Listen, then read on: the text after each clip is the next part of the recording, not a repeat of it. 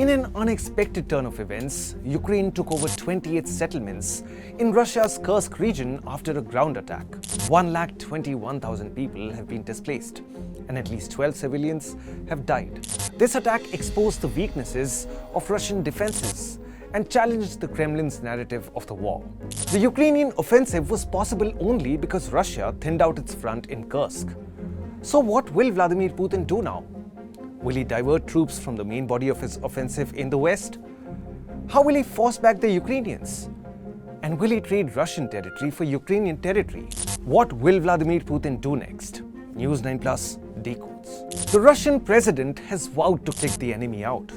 As with most dictators, Putin cannot dial back from a decision or withdraw the armed forces from Ukraine. So ultimately, the only other option is to continue forward, even if it means destruction is certain. For now, Moscow has rushed additional forces and resources to Kursk.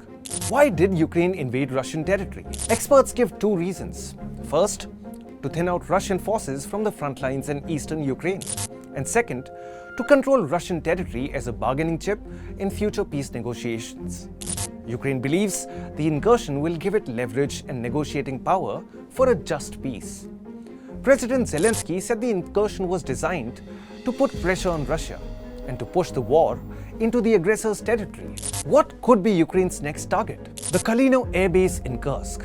This is the closest Russian military airfield to the border town where the Ukrainian invasion kicked off. The airbase hosts the Russian Air Force's 14th Guards Fighter Aviation Regiment. This regiment has 24 Sukhoi Su-30 SM fighter bombers. The Ukrainians know how important Kalino is, and they've targeted it twice in the last 11 days. How will this impact the Russia-Ukraine war? It's a watershed moment in the current war. For the first time since World War II, Russia has been invaded by a foreign army.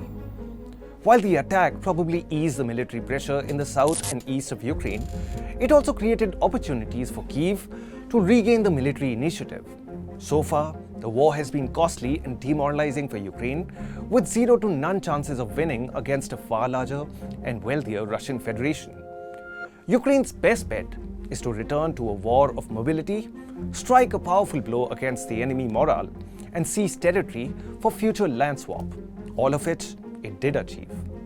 The incursion was designed to turn the tide in the war, and turn it did.